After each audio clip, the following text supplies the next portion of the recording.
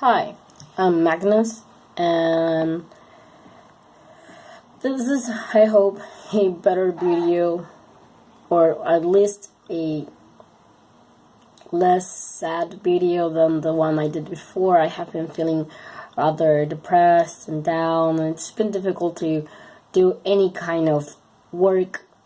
I'm doing my best to get better, but it's difficult, like I said. I guess it doesn't help that I am bleeding. Well, I stopped bleeding a couple days ago, but all the process, I always feel very emotional and heartbroken, and my depression grows exponentially bigger when I am bleeding, like 7 days prior when it's happening, and like 7-8 days after. So it's not funny. It's almost a month of feeling like shit. So I'm really sorry I haven't posted anything except that video. I hope you understand how I feel and that you're a little bit forgiving about it. Now, moving on to the video. This is a kind of response to the video of Chase Ross. He is a YouTuber from Canada. He's a trans male, and he's really awesome. His YouTube channel is uppercase Chase, I think. I'm going to leave the link below so that you can watch some videos of his. He's amazing, he's funny, he's nice, he's an incredible person. He's doing a lot of like self-esteem videos. He does some reviews, he does some educational videos. He's really so great. I love him, and I believe everyone should watch their videos. That's his videos. That's what I think.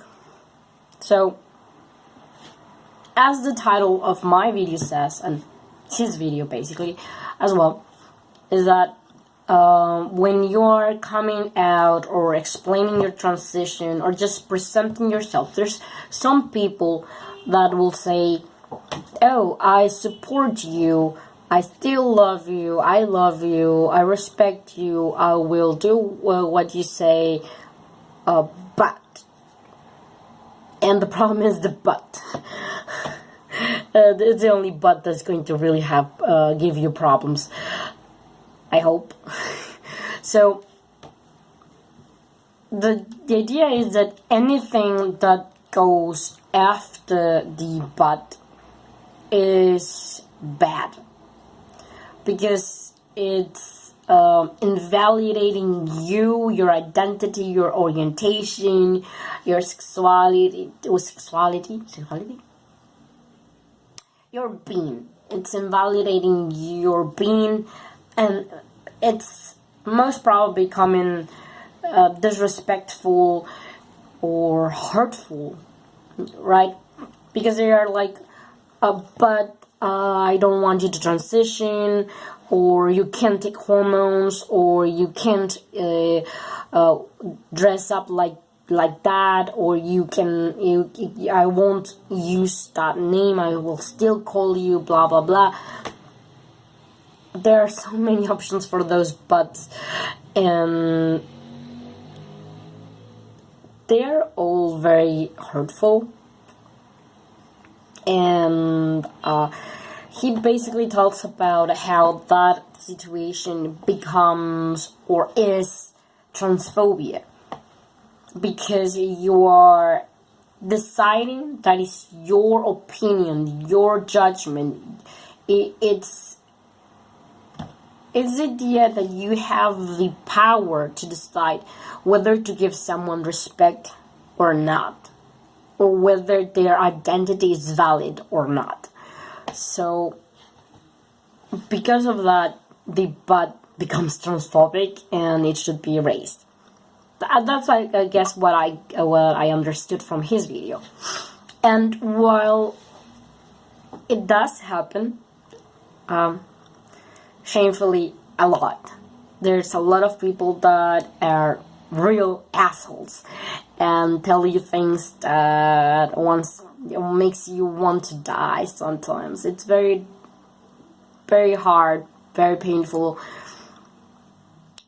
But other times there are some buts that are either positive or neutral or just not bad. How is that? Well, to put in some examples, when I came out, one of the first things that my parents said is, we still love you, you are still our child, and we won't stop loving you, but you are a sinner for our religion. Now, my parents are Catholic, and they do follow kind of the church. So, to them, being either transgender or different from the heterosexual norm is being a sinner. And while this annoys a lot of people, it's what they believe. You cannot do anything about that. They're just following their religion, and that's okay, because they added the last part. After saying, okay, you're a sinner, he said, but everyone is a sinner. So you're just one of us. You are not lesser, you're not better, you are equal. Because we are all sinners. Well, that sounds a little bit, well, it's a good thing at the end. Because he's just asking me to be a good person. Just be a good person and everything else will be fine. We love you. God loves you. Just be a good person. And that's it. And I guess that's what we, as transgender people, should always look for. Because you cannot change really what they believe on. Think? Maybe. Most probably. Believe? That's different. You're touching faith. And that's a tricky thing to change. So, I think that bad was not that bad. Another person, she helped me a lot. She's a family member, and she helped me a lot throughout my life in many things. But the problem with her is that she's a little bit too much into careers and jobs and empowerment through killing yourself in your workplace. And, well, I guess that's okay for some people. It's fine. When I came out to her, she was like, cool, I don't really care. That's your decision, the transition. That's your call. I just want to, she said, but I just want to know, how is that going to change your path? As in my career, because I was in arts, and my job, because I'm a very difficult person. And also, and I guess maybe more importantly, if I was going to still dye my hair blue, fuchsia, green, she must be really, I don't know, she doesn't like my hair that way. Because she's very formal and she thinks everyone should be like that, I think.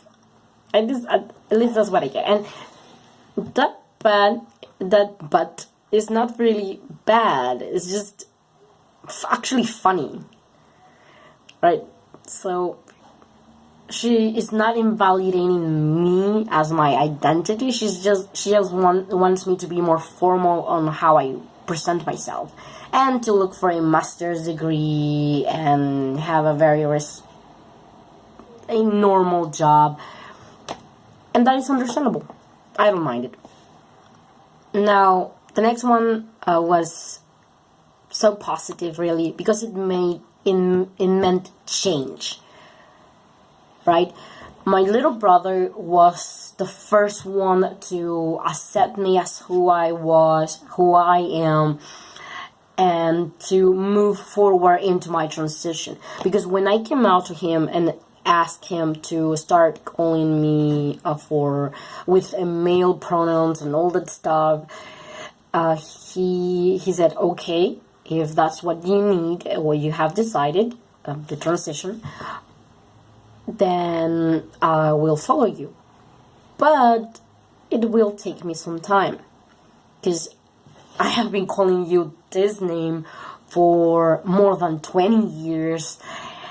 It's gonna take some time for me to get used to it. But have patience, give me time, correct me when I'm wrong, tell me what you need. He was really awesome. And again, his words meant change. He wanted to evolve with me, and he was so proactive about it. I guess that's why he means a lot in my transition. Another one that was actually sad but understandable was my father.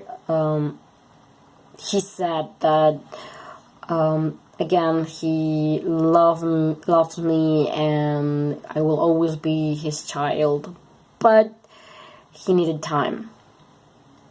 He said, but I need some time. I need to mourn my daughter, right? I need to mourn the person that you are no longer going to be, right? Because when you're a parent, not everyone, but a lot of them, when they have a kid, they filled out this jar of a child with many emotions, many dreams, ideas, hopes, and just there's so many things that when you decide to transition are no longer going to be possible. First of all, you stop being their daughter or their son, and you become the other gender, right? That name that they used to call you, most of the times, is going to disappear. Nobody's going to say that name, and many people are never going to know that name, and that's the name they chose for you.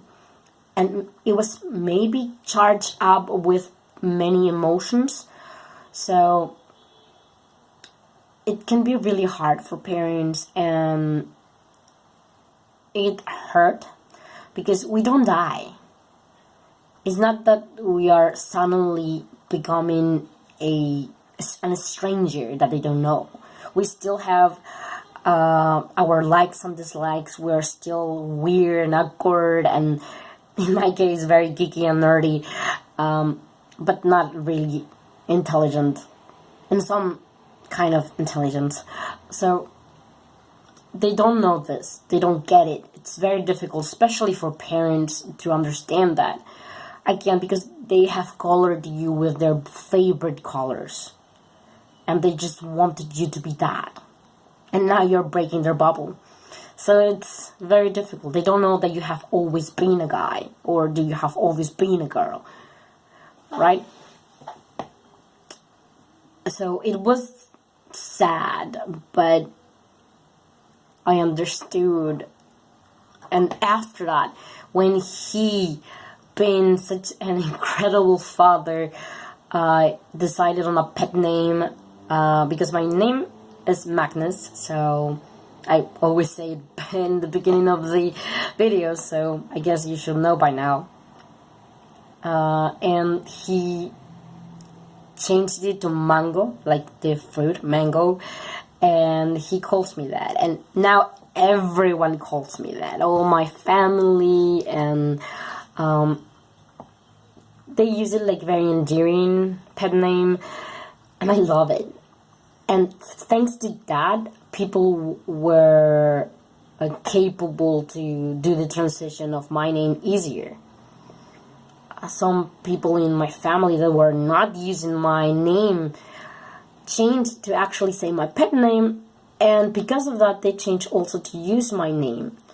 So good job, Dad. So there can be some very bad buts, but there are some that mean something, and they can actually mean something good, because it most probably means that they love you. Now, going into the transphobia part of his video,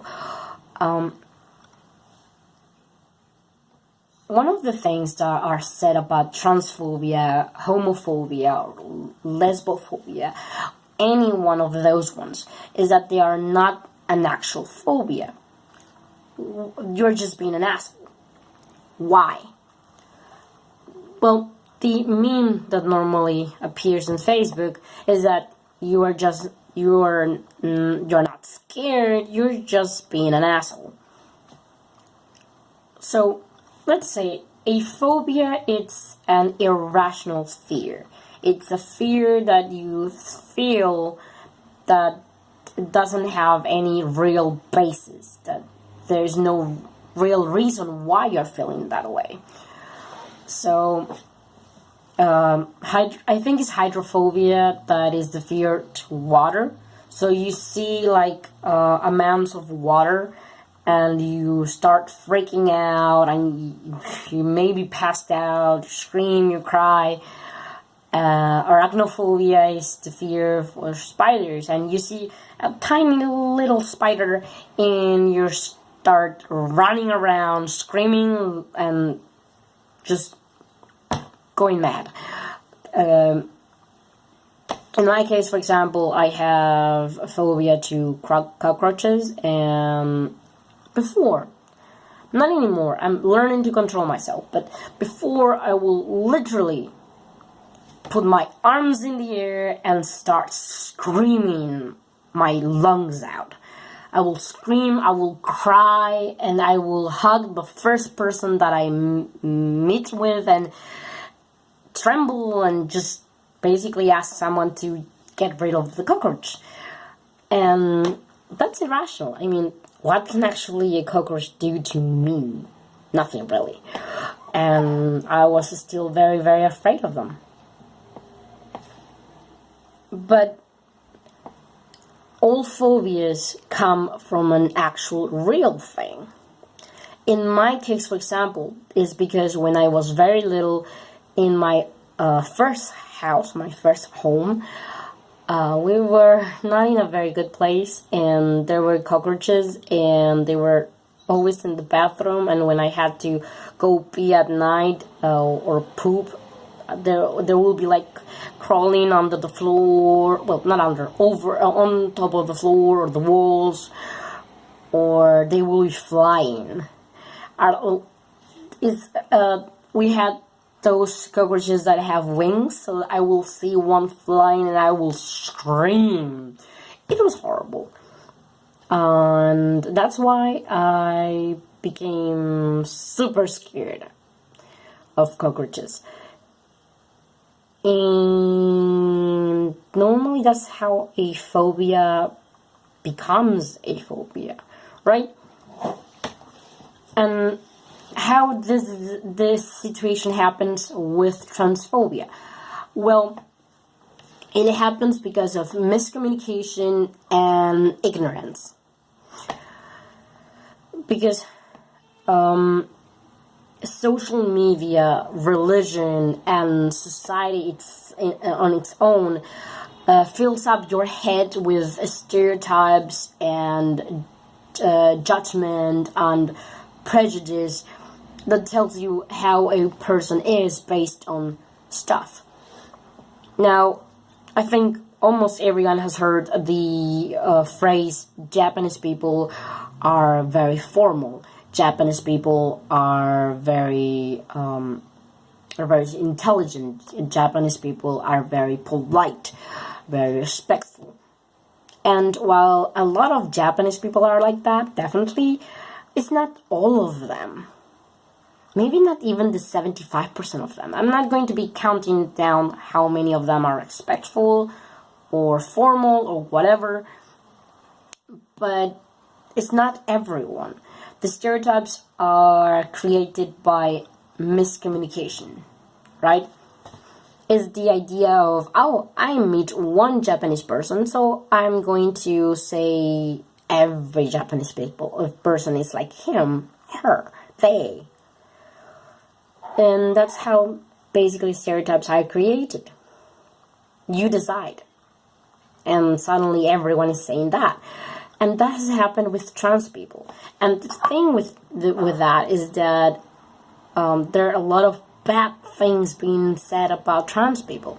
So when you grow around people saying that all trans women are actually perverted, horrible men that just want to have a pick, just a nick pick on your daughter while she's in the bathroom, or they're going to try and rape you in the bathroom if you're a girl in a bathroom, then you become obviously scared because you have bad communication, you have a horrible understanding. There's not actually understanding of what a trans person is and how they behave, right?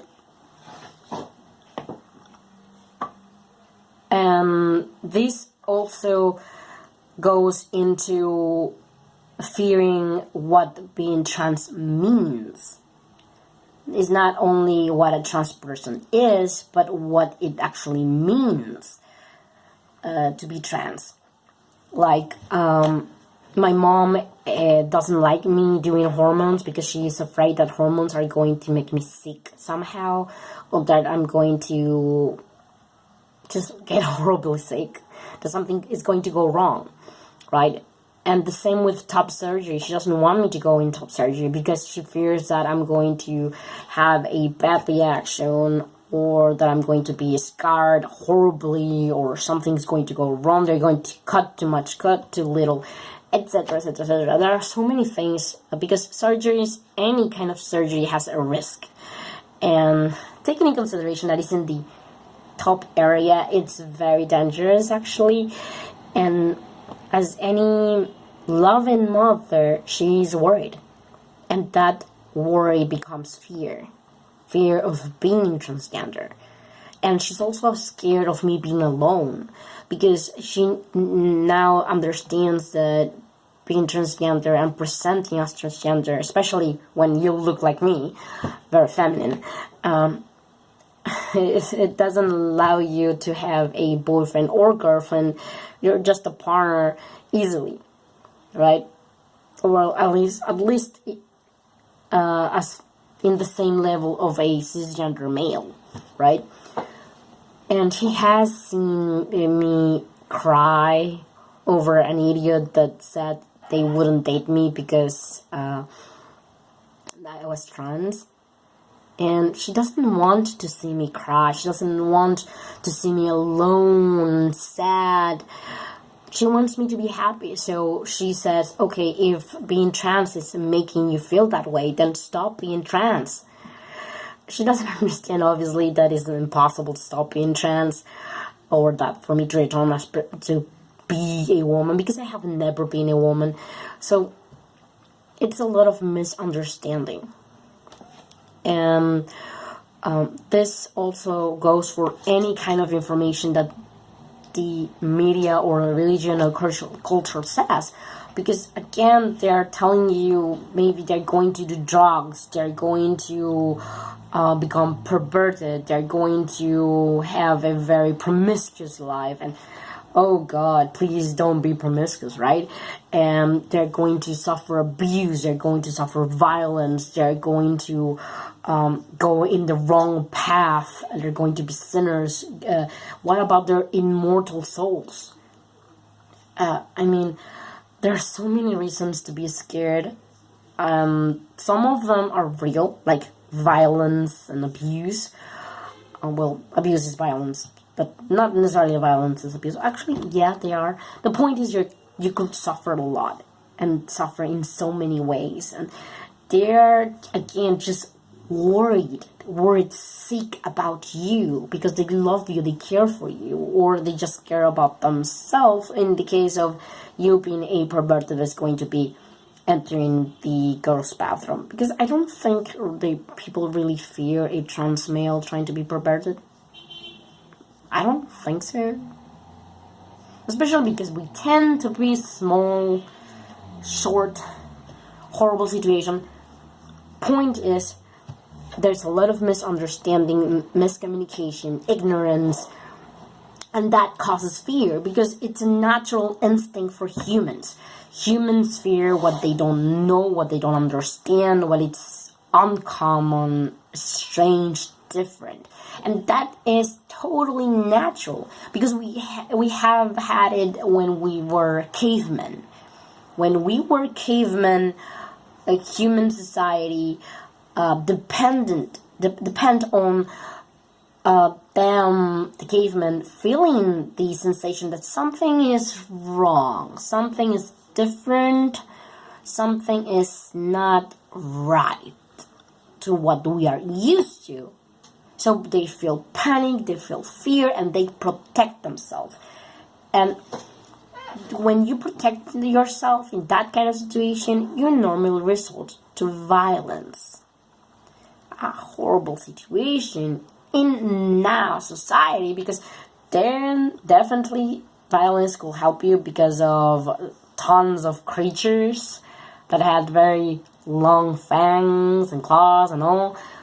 But now it's just a guy that was not taken as a guy before, or a girl that wasn't taken as a girl before, but they are scared because they don't know, they don't understand.